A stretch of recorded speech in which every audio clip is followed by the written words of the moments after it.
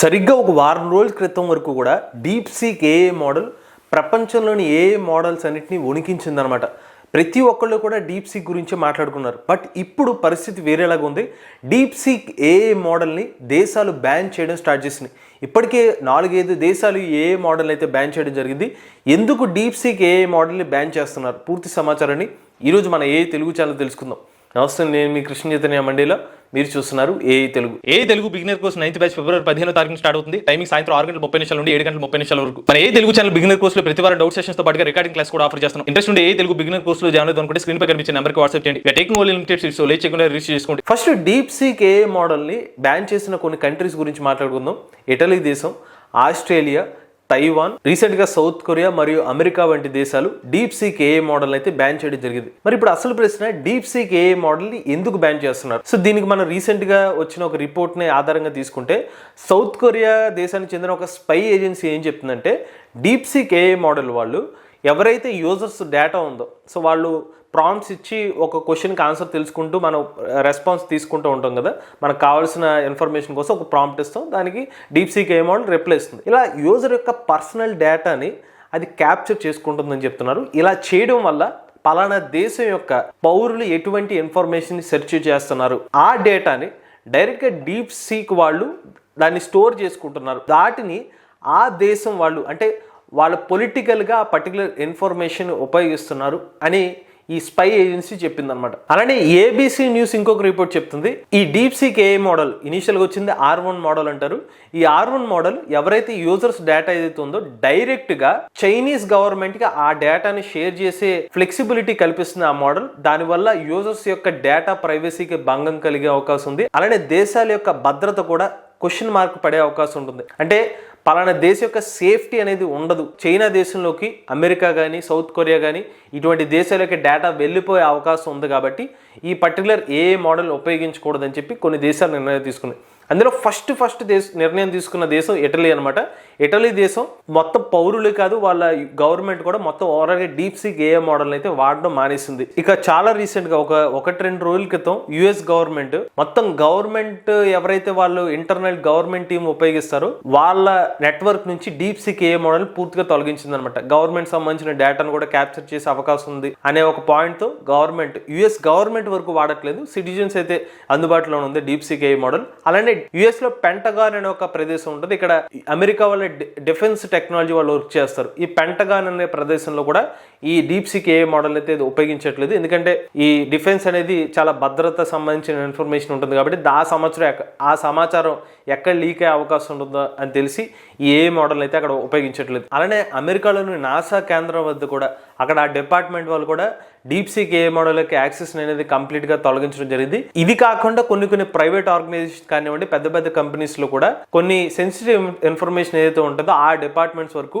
DeepSeek ఏఏ మోడల్ని ఉపయోగించట్లేదు అన్నట్టుగా వార్తలు అయితే వస్తున్నాయి. ఇవన్నీ గమనించిన తర్వాత ఒకటి ఏంటంటే, డీప్సీక్ ఏఏ మోడల్ని డైరెక్ట్గా డీప్సీక్ వాళ్ళ అఫీషియల్ వెబ్సైట్లో కానివ్వండి వాళ్ళ యాప్ నుంచి వెళ్ళి ఉపయోగిస్తే ఇన్ఫర్మేషన్ లీక్ అయ్యే అవకాశాలు ఉన్నట్టుగా చెప్తున్నారు. బట్ డీప్సీక్ ఏఏ మోడల్ని మనం ఓపెన్ సోర్స్ కింద కూడా ఉపయోగించుకోవచ్చు. అంటే అది డైరెక్ట్గా లోకల్గా ఆ ప్రోగ్రామ్ని రన్ చేసుకోవచ్చు అనమాట. ఈవెన్ మన ఇంటర్నెట్ లేకుండా అది మనకు కుదిరితే దాని గురించి సపరేట్గా వీడియో చేస్తామండి.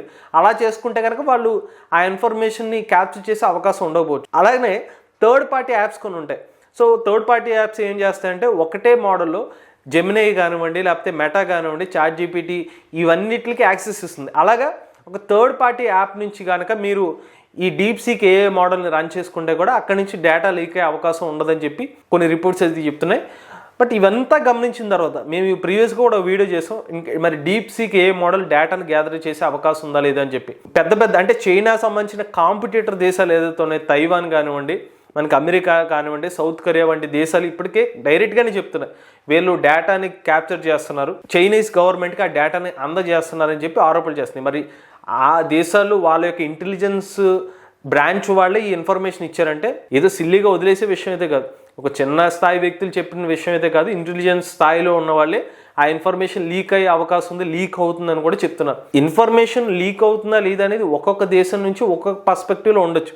బట్ యాజ్ ఆఫ్ నో మన భారతదేశం నుండి అయితే మాత్రం ఈ డీప్సీక్ ఏఐ గురించి మన ఇంటెలిజెన్స్ వాళ్ళు ఇంకా దాని గురించి ఇన్ డెప్త్ గా అనాలిసిస్ చేశారో లేదనేది రిపోర్ట్ అయితే బయటికి రాలేదు. యాజ్ ఆఫ్ అయితే మన ఇండియా వైడ్ గా మాత్రం డీప్ సీక్ ఏ మోడల్ అందుబాటులో ఉంది. బట్ ఇండియన్ గవర్నమెంట్ ఆర్గనైజేషన్స్ లో డీప్ సీక్ ఏ మోడల్ ఉపయోగిస్తున్నారా లేదని మనకి ఇంటర్నల్ గా సోర్సెస్ ఏం లేవు కాబట్టి దాన్ని కన్ఫర్మ్ చేయలేము. బట్ మన అందరికి కూడా స్టిల్ మీరు కనుక డీప్ సీక్ ఏ మోడల్ వాడితే మీరు కూడా కామెంట్ చేయండి, మీకు డీప్ సీక్ ఏ మోడల్ పనిచేస్తుందా ఆగిపోతుందా లేదని చెప్పి. సో నా వరకు అయితే నేను టెస్ట్ చేసినప్పుడు డీప్ సీక్ ఏ మోడల్ అయితే పనిచేస్తుంది. ఇది ఇమీడియట్ గా ఒక దేశం అప్పటికప్పుడు తీసుకునే నిర్ణయం కాదనమాట. కొంత టైం తీసుకున్న తర్వాత ఇన్ కేసు వాళ్ళకి అనిపిస్తే నిఘా వర్గాలు ఉంటాయి. మన దేశానికి కూడా ఇంటెలిజెన్స్ రిపోర్ట్ ఉంటుంది కదా, ఒకవేళ చైనీస్ వాళ్ళే మన డీప్ సీక్ ఏ మోడల్ ఉచితంగా ఇచ్చి అక్కడ నుంచి డేటా క్యాప్చర్ చేస్తున్నారా అనేది ఏమన్నా వాళ్ళకి ఆధారం దొరికితే అప్పుడు ఇటువంటి చర్యలు తీసుకునే అవకాశం ఉండదు. బట్ మన జాగ్రత్తలో మనం ఉండడం కూడా మంచిది అనమాట. ఇటువంటి ఏ మోడల్స్ యూజ్ చేసినప్పుడు మన పర్సనల్ ఇన్ఫర్మేషన్ షేర్ చేయకుండా ఉన్నంత వరకు కొంత మేరకు దీన్ని అరికట్టవచ్చు. మనకు కావాల్సిన క్వశ్చన్స్ వరకు బేసిక్ మ్యాథమెటిక్స్, పలానా ఫిజిక్స్ గురించి ఏదో సబ్జెక్ట్ మీద మీరు అడిగారు, దాని గురించి మీ డేటా ఎక్కడ కూడా అక్కడ కోల్పోయే అవకాశం లేదుగా. అన్లెస్ అంటే మీరు ఏదో నేను పలానా లొకేషన్లో ఉన్నాను, ఈ లొకేషన్ నుంచి ఈ లొకేషన్కి వెళ్తే నాకు ఇలాంటి అడ్డంకులు వచ్చినాయి అని అడిగితే అది మీ పర్సనల్ డేటాని ఇస్తున్నట్టు అవుతుంది. లేదా మీ పలానా కాంటాక్ట్ నెంబర్ ఎలా పెట్టి ఏదైనా దానికి రిలేటెడ్ ఏమైనా క్వశ్చన్స్ అడిగితే ఆ ఇన్ఫర్మేషన్ వాళ్ళకి వెళ్ళే అవకాశం, మీ పర్సనల్ డేటా.